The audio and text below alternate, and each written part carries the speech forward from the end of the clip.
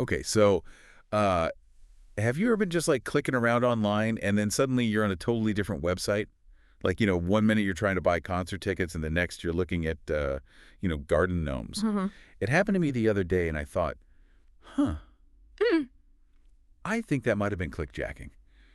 And that's what we're going to deep dive into today. Oh, very cool. What it is, how it works, and most importantly, how we can avoid getting clickjacked. So, Clickjacking really is a fascinating way that attackers can really exploit our trust in what we see online. You think you're clicking on one thing, yeah. but hidden beneath the surface, there's something else entirely. Oh, wow. So it's like a Kind of like a... like a magician's trick or something, like one of those. Yeah, like a digital illusion. Yeah. It really is. But instead of a bunny disappearing, it's like her bank account. Right, exactly. Oh, no. Okay, well, I am officially intrigued. How does this even work? So imagine you're on a website, right? Yeah. And there's this really enticing button that says claim your free trip or, Ooh, a free trip. something like that. Yeah. I'm clicking it. Right. And what you don't see is that there's another website layered on top of that, almost like an invisible sheet of plastic wrap. And that website has its own button that says maybe confirm transfer Oh, no. or authorize payment.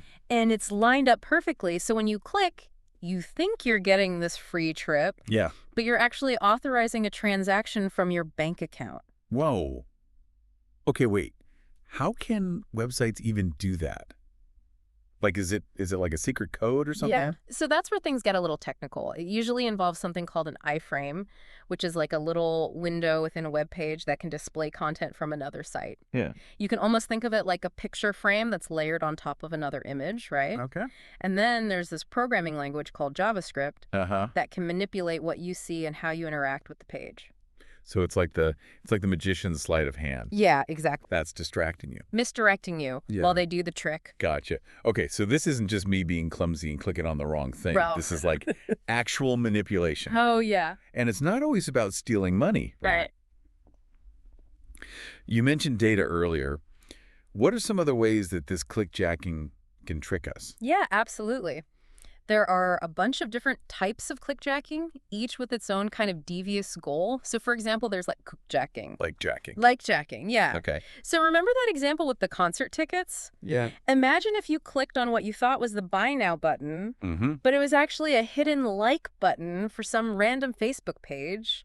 Suddenly you're a fan of, I don't know, garden gnomes, and all your friends are like, what happened? Oh my gosh, I've totally been there. Yeah. It's so embarrassing when like your Facebook feed suddenly becomes Oh. like a shrine to something that you have zero interest in. Exactly. Oh, that's so funny. Okay, so is that it, or are there more ways we can get tricked? Oh, there's more. There's also something called Cursorjacking, Cursorjacking. which messes with your mouse cursor. What? Yeah, so you think you're clicking that checkbox, but your cursor is secretly redirected to download now, and boom, Oh. you've got some unwanted software on your computer. That's like having a mischievous cat batting at your mouse pointer. Yeah, exactly. Speaking of manipulation, what about stealing information? Like, I remember you mentioned that. Right, so that's where cookiejacking comes in.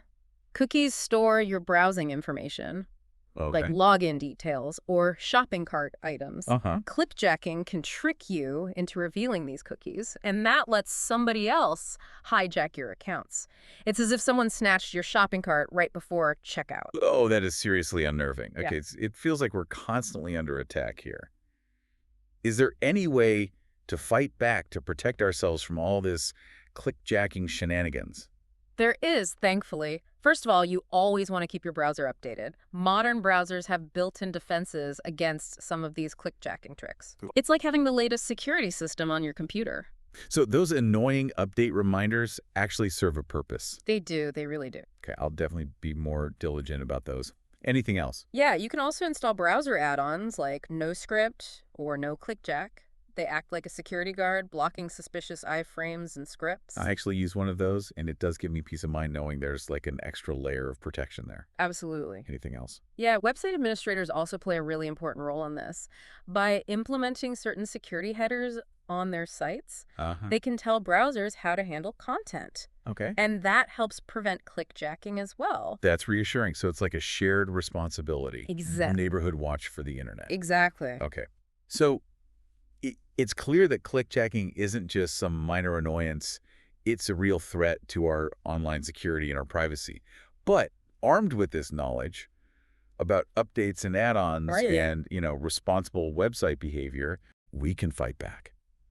Now that you're aware of this digital illusion, think about your own online habits. Are you clicking too quickly? Are you taking these extra precautions? Stay vigilant and remember, the internet is a magical place. It is. But sometimes you need to look beyond the surface to stay safe.